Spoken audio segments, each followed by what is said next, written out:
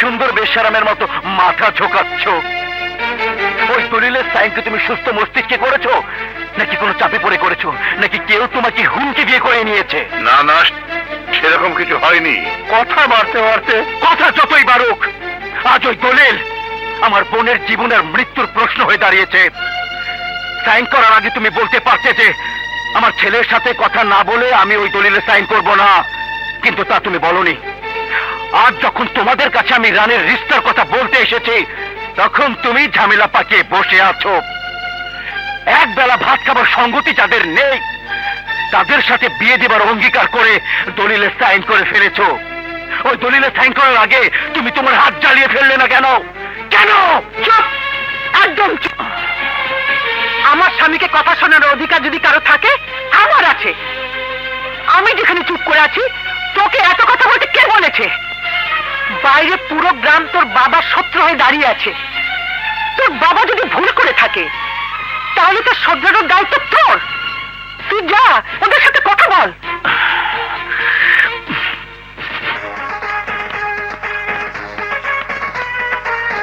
বাজনা থামাও, বলো তোমরা কি বলবে?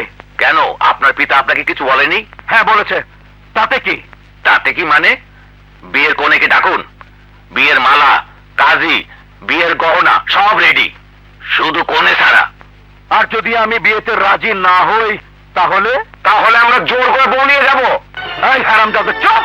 এই সুমনের বাচ্চা, গঞ্জাম লাগিয়ে চুপ করে বসে আছিস কেন? এই এলাকায় আমার শান শওকত দেখে তুই চুপ করে বসে থাকতে পারিস না, তাই না?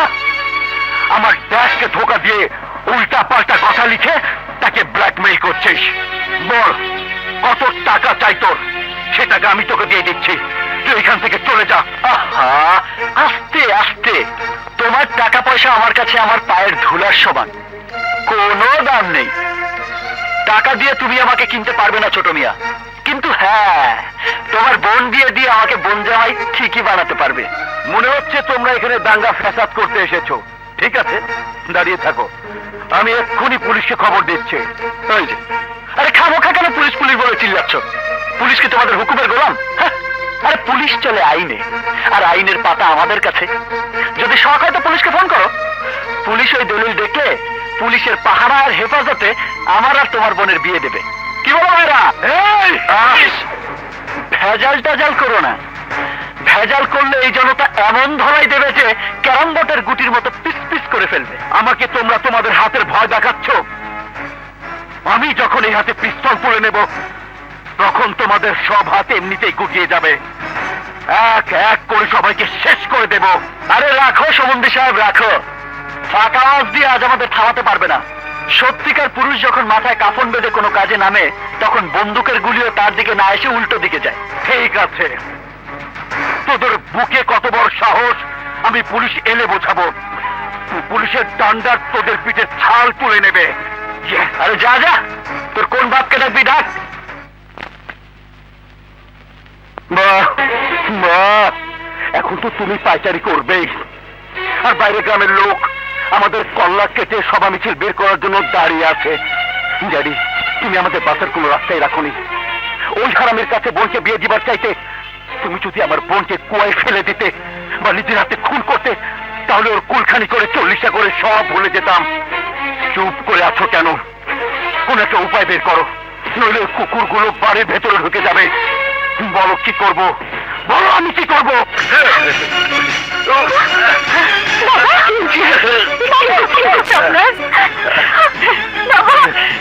জানি, দেখ তোর বাবার কি অবস্থা হয়েছে। এই সমাধান একমাত্র তুই করতে পারিস, তুই করতে পারিস। কি সমাধান? বিয়ে? না, আমি কখনো বিয়ে করতে পারবো না। সেদিন তো বাবা বলেছিল আমি যাকে পছন্দ করবো তার সাথে আমার বিয়ে হবে।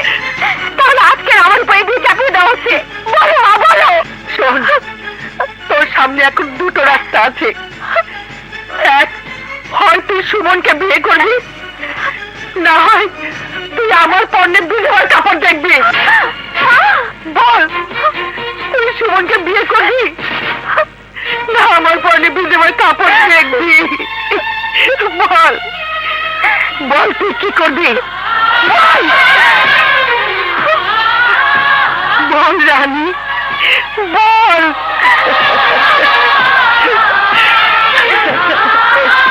বল মা, বল।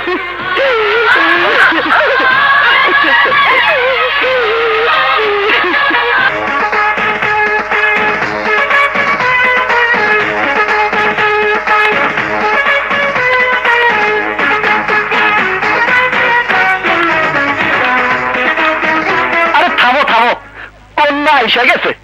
তোমরা বিয়ের আয়োজন করো, আমি বিয়েতে রাজি। আলহামদুলিল্লাহ। অমনে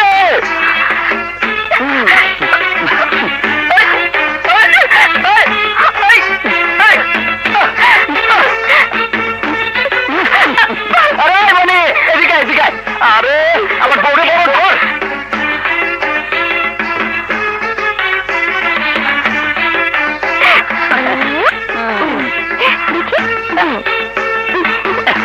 দেখি ভাবি, ঘরে চলো বউ।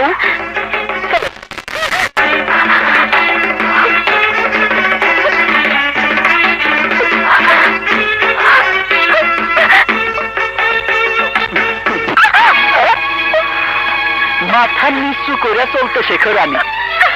তোমরা বড় লোকেরা তো সবসময় গরিব মানুষের মাথায় নিচু করতে জানো, কখনো নিজেরা মাথা নিচু করো না। কিন্তু ধর্মে কয়, যেই পাখি উঁচায় ওড়ে তারও মাটিতে নামতে হয়। এখন থেকে মাথা নিচু করে চলতে শেখো রানী। চলো আসো। আর মা, তুমি ওইখানে দাঁড়ায় আছো কেন? কাছে আসো, আজ তোমার ছেলে বউ নিয়ে আসছে, আমাদের দোয়া করবো না?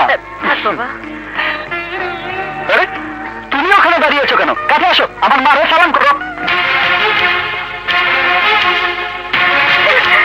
শোনো, এই মহিলা হচ্ছে সেই মহিলা যে তোমার স্বামীকে জন্ম দিছে। এই ঘরে সে আমার সবচেয়ে সম্মানের। আমি চাই তুমিও তারে সম্মান দিবা। না বাবা থাক, আমার তুমি চুপ থাকো তো। রানী, কি হলো? কি ইচ্ছা তোমার? আপোষে সালাম করবা নাকি জোর করে সালাম করামু? ওই যে সালাম করো। এই তো লক্ষ্মী মেয়ে। না, তুমি আজ থেকে ওর ঘরের সমস্ত কাজ বুঝাই দিবা। আমার ঘরে কোনো বড় লোকগিরি চলবো না। গরিবের বউর আবার কিসের বেমান? ভাইয়া চপ, কোনো কথা শুনতে চাই না। বউ কেমনে ঠিক করতে হয় সেই। কি বলছিস কাজল? এখন শহরে গিয়ে তুই চাকরি করবি? পাগলামি করিস না মা, আমি তোকে যেতে দেবো না। আমাকে বাধা দিও না মা, এই গ্রামে এক মুহূর্ত থাকতে পারবো না, যেতে আমাকে হবে। আমার কথা শুন মা, সর্দার বাড়ির ছেলের সাথে তোর বিয়ের প্রস্তাব এসেছে। ছেলে বিলেত থেকে পড়া শেষ করে দেশে ফিরেছে। ওর সাথে বিয়ে হলে তুই সুখী হবি মা, সুখী হবি। না মা, সুখ আমার কপালে নেই। সুখের স্বপ্ন ভেঙে দিয়েছে মিথ্যে তোর ধারণা। চাইনি মানুষ সব কিছু পায় না, তবুও মানুষ বেঁচে থাকে।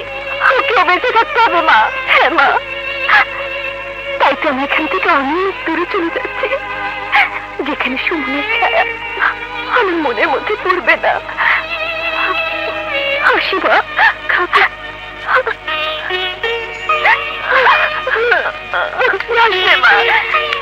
ওয়ালাইকুম আসসালাম। সুমন তুমি? জি আমি। আপনার জন্য মিষ্টি নিয়ে এসেছি। মা বলেছে এই বিয়ে শুধু আপনার জন্যই হয়েছে, না হয়তো জীবনেও হতো না।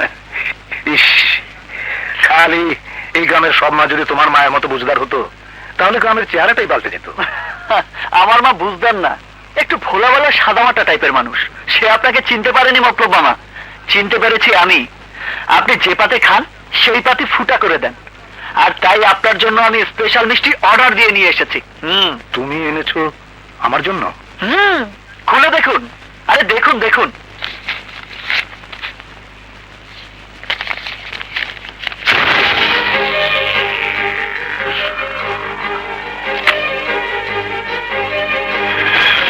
এটা তো ছুরি, এটা দিয়ে আমি কি করব? আমার পিঠে যখন ছুরি বসাবেন তখন যেন আপনাকে ছুরি খুঁজতে না হয়। আফসোস লাগে আপনার জন্য, আপনার সব চেষ্টা বৃথা গেল। কত চেষ্টা করলেন আমাকে গ্রাম ছাড়া করার জন্য, কিন্তু পারলেন না। আপনার মনের সব খায়েশ নষ্ট করে আমি ঠিকই ইলেকশনে জিতে গেলাম। তোমার কথা শেষ হয়েছে? আমার কথা তো মাত্র শুরু, বাকি কথা শুনলে চোখ কপালে উঠবে। না, আমার চোখ কপালে উঠবে না, বরং আমি যদি সত্যি কথা বলা শুরু করি তাহলে তোমার চোখ কপালে না তালুতে উঠবে। যদি তুমি মনে করে থাকো ইলেকশনে তুমি তোমার কারণে জিতেছো, তাহলে তোমার মতো বোকা লোক এই নীলগঞ্জের একটাও পাবে না। কি? জি জনাব সুমন সাহেব, আপনি ইলেকশনে জেতেননি, আপনাকে জেতানো হয়েছে। জিতানো হয়েছে মানে? হ্যাঁ সুমন, একটু পিছনের কথা মনে করার চেষ্টা করেন, তাহলে বুঝবে আমি সেই লোক যে তোমাকে বড় মিয়ার বিরুদ্ধে ইলেকশনে দাঁড়াতে প্ররোচিত করেছি। আমি সেই লোক যে বড় মিয়াকে দিয়ে একটা স্ট্যাম্পে মেয়ে বিয়ে দেবার শর্তে রাজি করিয়েছি। আমি সেই লোক যে সবার সামনে লোকজনের মুখ থেকে বড় মিয়ার নামে জয়ধ্বনি বের করেছি চক্কাকে দিয়ে, যাতে সে বাধ্য হয়ে ইলেকশন করে।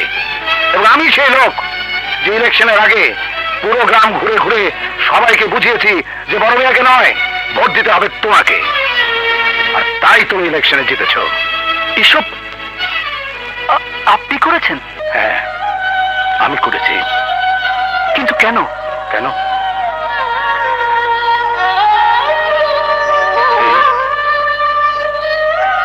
এই কেনর জবাব অনেক অনেক মর্মান্তিক। শোনো সুমন, হ্যাঁ ঠিক আছে, ওকে। ভাইয়া, কি রে, এত দেরি করে করতে গেলি? কোন স্যারের কাছে কোচিং করতে গিয়েছিলি নাকি? না ভাইয়া, আমি কলেজে যাইনি। কলেজে যাসনি? তাহলে কোথায় গিয়েছিলি? ভাইয়া তুমি রাগ করো না, আমি মিয়াবাড়ির ছোট ছেলে সাজ্জাদের সঙ্গে দেখা করতে গিয়েছিলাম। হ্যাঁ? ছোট মিয়া সাজ্জাদের সাথে? কেন?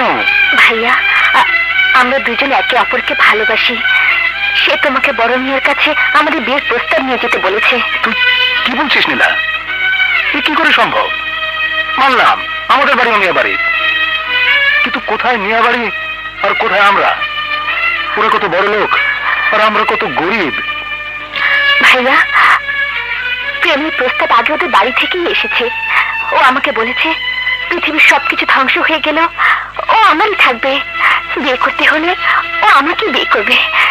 ও, ও, ঠিক আছে, তাহলে ওকে বল বড় মেয়েকে বিয়ের প্রস্তাব নিয়ে আমার কাছে আসতে। না ভাইয়া, সাজ্জাদের বড় ভাইকে খুব ভয় পায়। এই কাজ তোমাকেই করতে হবে। কি বলছিস তুই? বিয়ের ওয়াদা ও করেছে, অথচ বিয়ের কথা বলতে ভয় পায়। আজব লোক তো। ভাইয়া, ভাইয়া তোমাকে যেতেই হবে ভাইয়া, যত তাড়াতাড়ি সম্ভব যেতে হবে। এমনিতে অনেক দেরি হয়ে গেছে। যদি তুমি তাড়াতাড়ি আমাদের বিয়ের ব্যবস্থা না করো তাহলে সমাজে মুখ দেখাতে পারবো না। ভাইয়া, আমার বদনাম হবার আগে তুমি ওই বাড়িতে যাও, বড় মিয়ার কাছে বিয়ের প্রস্তাব নিয়ে যাও।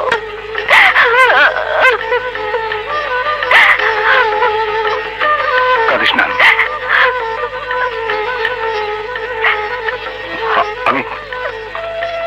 আমি আজই বড় মেয়ের কাছে বিয়ের প্রস্তাব নিয়ে যাব। বিয়ে? কিসের বিয়ে? তুমি কি ভুলে গেছো মতলব? বিয়ে হয় সমানে সমানে। তুমি এই প্রস্তাব নিয়ে আমার সামনে আসার সাহস পেলে কোত্থেকে? এই সাহস দিয়েছে আমাকে ওদের দুজনের প্রেম। ওরা একজন আরেকজনকে ভালোবাসে বড় মিয়া। সাজ্জাদ মিয়া, সাজ্জাদ মিয়া। জি ভাইজান। শোনো এখানে কি বলছে? ও বলছে তুমি নাকি ওর বোনকে ভালোবাসো, এ কথা কি সত্যি? হ্যাঁ ভাইজান, আমি নীলাকে অনেক ভালোবাসি, ওকে বিয়ে করতে চাই। খামোশ! যে মেয়ে বাড়ির চাকরানি হওয়ার উপযুক্ত নয়, তুমি কিনা তাকে এই খানদানের বউ বানাতে চাও? যারা আমার বাড়ির চৌকাঠে দাঁড়িয়ে ভিক্ষা নেওয়ার যোগ্যতা রাখে না, তুমি তাদেরকে আত্মীয় বানিয়ে মহলের ভিতরে ঢোকাতে চাও? অসম্ভব। আমি বেঁচে থাকতে তা হতে দেব না। ওই মেয়েকে বিয়ে করার স্বপ্ন মন থেকে দূর করে দাও। যাও, ঘরে যাও। জি।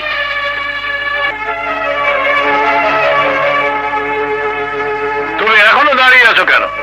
আমার উত্তর পাওনি? বড় মিয়া, আমার আমার বোনের গর্ভে আপনার ছোট ভাইয়ের সন্তান। এই চাল অনেক পুরনো চাল মতলব। মিয়া বাড়ির সন্তান নিজের পেটে নিয়ে পরে হুমকি দিয়ে মিয়া বাড়ির বউ হতে চেয়েছে। এর আগে আমি অনেক দেখেছি। কিন্তু একটা কথা মনে রেখো, গরিবের মেয়ে এই মহলে অনেকের সন্তানের মা হতে পারে, কিন্তু কখনো মহলের বউ হয়ে আসবে না। এমন করে বলবেন না বড় মিয়া। আমার একটি মাত্র বোন, আমি তার ইজ্জত আপনার কাছে ভিক্ষে চাই। আমি আপনার পায়ে পড়ি বড় মিয়া। অসম্ভব।